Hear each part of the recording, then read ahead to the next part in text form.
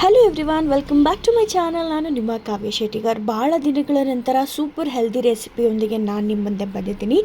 ಏನಪ್ಪ, ಹೌದು, ನುಗ್ಗೆ ಸೊಪ್ಪಿನ ಪಚ್ಚಡಿ. ಹೆಂಗೆಂಗೋ ಮಾಡಿದ್ರೆ ತಿನ್ನಲ್ಲಪ್ಪ ನಮ್ಮ ಮನೇಲಿ ಅನ್ನೋರು ಈ ರೀತಿ ಮಾಡಿ ನೋಡಿ ಒಮ್ಮೆ. ಇದಕ್ಕೇನು ಮಾಡಬೇಕು, ಸ್ವಲ್ಪ ಎಣ್ಣೆಗೆ ಸ್ವಲ್ಪ ಕೊತ್ತಂಬರಿ, ಸ್ವಲ್ಪ ಉದ್ದಿನಬೇಳೆ, ಹಾಗೆ ಸ್ವಲ್ಪ ಕಡಲೆಬೇಳೆನ ಹಾಕ್ಕೊಂಡು ನಾನು ಫ್ರೈ ಮಾಡ್ಕೊಳ್ತಾ ಇದ್ದೀನಿ. ಸ್ವಲ್ಪ ಲೋ ಫ್ಲೇಮ್ನ ಇಟ್ಟು ಫ್ರೈ ಮಾಡಿ. ಹಾಗೆ ಒಂದು 10-15 ಕಡಲೆ ಬೀಜನ ಹಾಕ್ಕೊಳ್ಳಿ, ಶೇಂಗಾ, ಹಾಗೆ ಕರಿಬೇವನ್ನು ಕೂಡ ಹಾಕ್ಕೊಳ್ಳಿ. ಕರಿಬೇವು ತುಂಬ ಹಾಕೋಕ್ಕೂ ಹೋಗಬೇಡಿ, ಕರಿಬೇವು ಸ್ಮೆಲ್ಲೇ ಜಾಸ್ತಿ ಆಗಿಬಿಡತ್ತೆ. ಹಾಗಾಗಿ ನಿಮಗೆ ಒಂದು 10-15 ಎಸಳಷ್ಟು ಕರಿಬೇವನ್ನು ಹಾಕ್ಕೊಂಡ್ರೆ ಸಾಕು. ಇದನ್ನು ಚೆನ್ನಾಗಿ ಫ್ರೈ ಮಾಡ್ಕೊಳ್ಳಿ. ಹಸಿ ವಾಸನೆ ಹೋಗೋವರೆಗೂ ಫ್ರೈ ಆಗಬೇಕು, ಗೋಲ್ಡನ್ ಬ್ರೌನ್ ಆಗೋವರೆಗೂ ಫ್ರೈ ಮಾಡ್ಕೋಬೇಕು.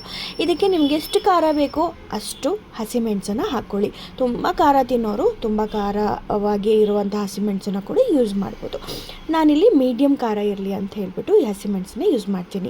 ಹಾಗೆ ಜಜ್ಜಿಟ್ಕೊಂಡಿಂಥ ಬೆಳ್ಳುಳ್ಳಿನ ಹಾಕೋತಾ ಇದ್ದೀನಿ. 1 ಗಡ್ಡೆ ಬೆಳ್ಳುಳ್ಳಿ ಇಲ್ಲಿ ನಾನು ಹಾಕ್ಕೊಂಡಿದ್ದೀನಿ. ಬೆಳ್ಳುಳ್ಳಿ ಸಿಪ್ಪೆ ಸಮೇತ ಹಾಕ್ಕೊಂಡ್ರೆ ತುಂಬ ಒಳ್ಳೆಯದು. ಸಿಪ್ಪೆ ಬೇಡ ಅನ್ನೋರು ಅದನ್ನು ತೆಗೆದು ಕೂಡ ಹಾಕ್ಕೊಳ್ಬೋದು. ಹಾಗೆ ಇದನ್ನು ಚೆನ್ನಾಗಿ ಒಂದು 2-3 ಸೆಕೆಂಡ್ ಚೆನ್ನಾಗಿ ಫ್ರೈ ಮಾಡಿದ ನಂತರ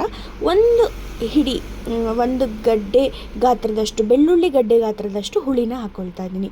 ಹುಳಿ ಇದಕ್ಕೆ ತುಂಬ ಒಳ್ಳೆ ಟೇಸ್ಟ್ ಕೊಡುತ್ತೆ. ಇದರಿಂದಾಗಿ ನಮಗೆ ಆ ಸೊಪ್ಪಲ್ಲಿರುವಂತಹ ಕಸರೆ ಎಲ್ಲ ಗೊತ್ತಾಗೋದಿಲ್ಲ. ಸೊ ಹಾಗಾಗಿ ಹುಳಿ ತುಂಬಾ ಇಂಪಾರ್ಟೆಂಟ್ ಇದಕ್ಕೆ, ಸರಿನಾ? ಇದರಲ್ಲಿರುವಂತಹ ಬೆನಿಫಿಟ್ ನೀವು ನೋಡಿಬಿಟ್ರೆ ಖಂಡಿತವಾಗ್ಲೂ ಇದನ್ನು ದಿನ ಮಾಡ್ಕೊಂಡು ತಿಂತೀರ, ಅಷ್ಟು ಒಳ್ಳೆ ಬೆನಿಫಿಟ್ ಕೊಡುವಂಥದ್ದು ಇದು. ನೋಡಿ, ಇಲ್ಲಿ ಚೆನ್ನಾಗಿ ತೊಳೆದಿರುವಂಥ ನುಗ್ಗೆ ಸೊಪ್ಪನ್ನು ಹಾಕ್ಕೊಳ್ತಾ ಇದ್ದೀನಿ. ನಾನೊಂದು 2 ಮುಷ್ಟಿಯಷ್ಟು ನುಗ್ಗೆ ಸೊಪ್ಪನ್ನು ಮಾತ್ರ ಮಾಡ್ಕೊಳ್ತಾ ಇದ್ದೀನಿ ಇವತ್ತು. ಯಾಕಂದರೆ ಇದು ಮಾಡಿ ನೀವು 1 ವಾರಗಳ ಕಾಲ ಇಟ್ಟು ಕೂಡ ತಿನ್ಬೋದು, ಏನೂ ತೊಂದರೆ ಆಗೋದಿಲ್ಲ. ಆದರೆ ಫ್ರೆಶ್ಶಾಗಿ ಮಾಡ್ಕೊಂಡು ತಿನ್ನೋದು ನಾನು ಪ್ರಿಫರ್ ಮಾಡ್ತೀನಿ. ಹಾಗಾಗಿ ಫ್ರೆಶ್ಶಾಗಿ ನೀವು ಇದನ್ನು ಮಾಡ್ಕೊಂಡು ತಿನ್ನಿ ಈ ರೀತಿಯಾಗಿ, ಸರಿನಾ? ಸೊ ಇದನ್ನು ಚೆನ್ನಾಗಿ ಹಸಿ ವಾಸನೆ ಹೋಗೋವರೆಗೂ ಫ್ರೈ ಮಾಡಬೇಕು. ಇನ್ನು ಡ್ರಮ್ ಸ್ಟಿಕ್ ಲೀವ್ಸ್ ಅಂದರೆ ನುಗ್ಗೆ ಸೊಪ್ಪಿನ ಬಗ್ಗೆ ಹೇಳೋದಾದರೆ, ನಿಮ್ಮ ಇಮ್ಯುನಿಟಿನ ಬೂಸ್ಟ್ ಮಾಡುತ್ತೆ, ಹಾರ್ಟ್ ಹೆಲ್ತಿಗೆ ತುಂಬ ಒಳ್ಳೆಯದು, ನಿಮ್ಮ ಡೈಜೆಷನ್ನ ಇಂಪ್ರೂವ್ ಮಾಡುತ್ತೆ. ಹಾಗೆ ಇದರಲ್ಲಿರುವಂತಹ ವಿಟಮಿನ್ಸ್, ಮಿನರಲ್ಸ್, ಆ್ಯಂಟಿ ಆಕ್ಸಿಡೆಂಟ್ ಎಲ್ಲನೂ ನಿಮ್ಮ ಆರೋಗ್ಯಕ್ಕೆ ಒಳ್ಳೆಯದು.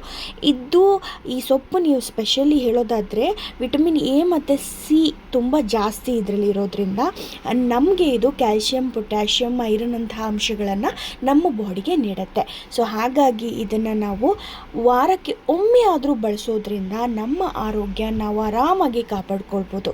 ಯಾವುದೇ ಟ್ಯಾಬ್ಲೆಟ್ಸ್ ಅದು ಇದು ಯೂಸ್ ಮಾಡೋದಕ್ಕಿಂತ ಇದನ್ನು ಆಗಾಗ ಮಾಡ್ಕೊಂಡು ತಿಂತಾ ಇದ್ದರೆ ಖಂಡಿತವಾಗ್ಲೂ ನಮ್ಮ ಆರೋಗ್ಯ ನಾವು ಕಾಪಾಡ್ಕೋಬೋದು. ಇದು ನಮ್ಮನ್ನು ತುಂಬಾ ಪ್ರೊಟೆಕ್ಟ್ ಮಾಡುತ್ತೆ. ಯಾವ ರೀತಿ ಅಂತ ಹೇಳಿದ್ರೆ, ನಮ್ಮ ಸೆಲ್ಸ್ ಎಲ್ಲ ಡ್ಯಾಮೇಜ್ ಆಗೋದಕ್ಕೆ ಬಿಡೋದಿಲ್ಲ, ಆ ರೀತಿ ಪ್ರೊಟೆಕ್ಟ್ ಮಾಡುತ್ತೆ. ನೋಡಿ, ಇದು ಫ್ರೈ ಆಗಿದೆ. ಫ್ರೈ ಆದ ನಂತರ ನಾನು ಇದನ್ನು ರುಬ್ಕೋತಾ ಇದ್ದೀನಿ. ಒಂದು ಸಣ್ಣ ಗ್ಲಾಸ್ನಲ್ಲಿ ನೀರು ಹಾಕ್ಕೊಂಡು ರುಬ್ಕೊಳ್ಳೋಣ, ಸರಿನಾ? ರುಬ್ಕೊಂಡಾದ್ಮೇಲೆ ಏನು ಮಾಡಬೇಕು, ನಾವು ಫ್ರೈ ಮಾಡ್ಕೊಂಡಿರುವಂತಹ ಬಾಣಲಿಗೆ ಸ್ವಲ್ಪ ಎಣ್ಣೆ ಹಾಕಿಬಿಟ್ಟು, ಎಣ್ಣೆ ಆಪ್ಷನಲ್, ನೀವು ತುಪ್ಪ ಬೇಕಾದರೂ ಯೂಸ್ ಮಾಡಿ. ನಾನು ಇಲ್ಲಿ ಕೊಬ್ಬರಿ ಎಣ್ಣೆ ಬಳಸ್ತಾ ಇದ್ದೀನಿ. ಹಾಗಾದರೆ ಆದ್ದರಿಂದ ಟೋಟಲಿ ಓಕೆ ಫಾರ್ ಮೀ, ಸರಿನಾ? ಸೊ ಕೊಬ್ಬರಿ ಎಣ್ಣೆ ಯೂಸ್ ಮಾಡ್ತಾ ಇದ್ದೀವಿ. ನೀವು ಎಣ್ಣೆ ಯೂಸ್ ಮಾಡೋರು, ಸನ್ಫ್ಲವರ್ ಆಯಿಲ್ ಆ ಥರ ಎಲ್ಲ ಯೂಸ್ ಮಾಡೋರು ಸ್ವಲ್ಪ ಕಡಿಮೆ ಪ್ರಮಾಣದಲ್ಲಿ ಯೂಸ್ ಮಾಡಿ ಅಂತ ಹೇಳ್ತೀನಿ ಅಷ್ಟೇ. ಅದಾದಮೇಲೆ ನಾನಿಲ್ಲಿ ಸ್ವಲ್ಪ ಸಾಸಿವೆ, ಸ್ವಲ್ಪ ಉದ್ದಿನಬೇಳೆ, ಹಾಗೆ ಸ್ವಲ್ಪ ಜೀರಿಗೆ, ನಂತರ 1-2 ಒಣಮೆಣಸಿನ್ಕಾಯಿನ ಹಾಕ್ಕೊಳ್ತಾ ಇದ್ದೀನಿ. ಇದು ಕೂಡ ಆಪ್ಷನಲ್.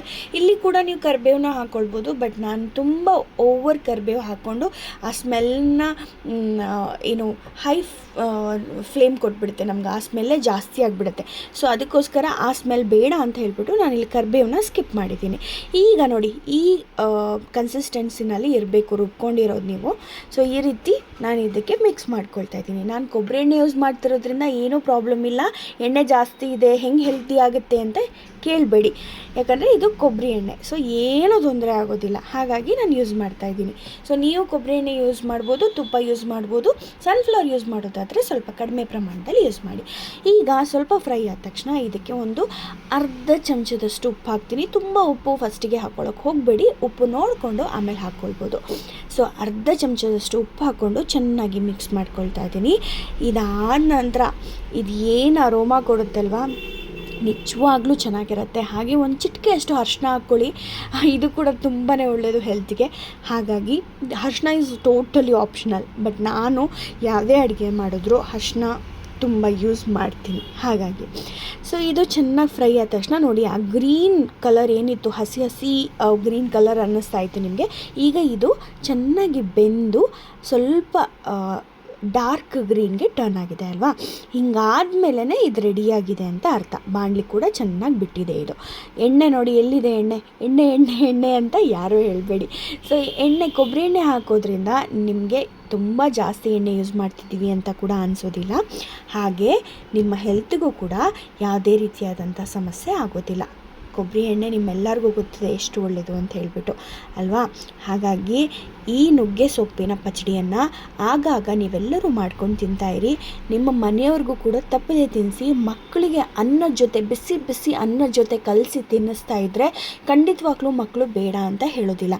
ಈ ರೀತಿ ಮಾಡೋದ್ರಿಂದ ಯಾವುದೇ ಒಗ್ರು ಬರೋದಾಗಲಿ ಅಥವಾ ಕಹಿ ಬರೋದಾಗಲಿ ಅಥವಾ ರುಚಿ ಇಲ್ಲದೇ ಇರುವಂತಹ ಯಾವುದೇ ಸಮಸ್ಯೆ ಬರೋದಿಲ್ಲ. ಯಾಕಂದರೆ ಅಷ್ಟು ರುಚಿಯಾಗುತ್ತೆ ಈ ಪಚಡಿ. ನೀವು ಕೂಡ ಮನೆಯಲ್ಲಿ ಟ್ರೈ ಮಾಡಿ.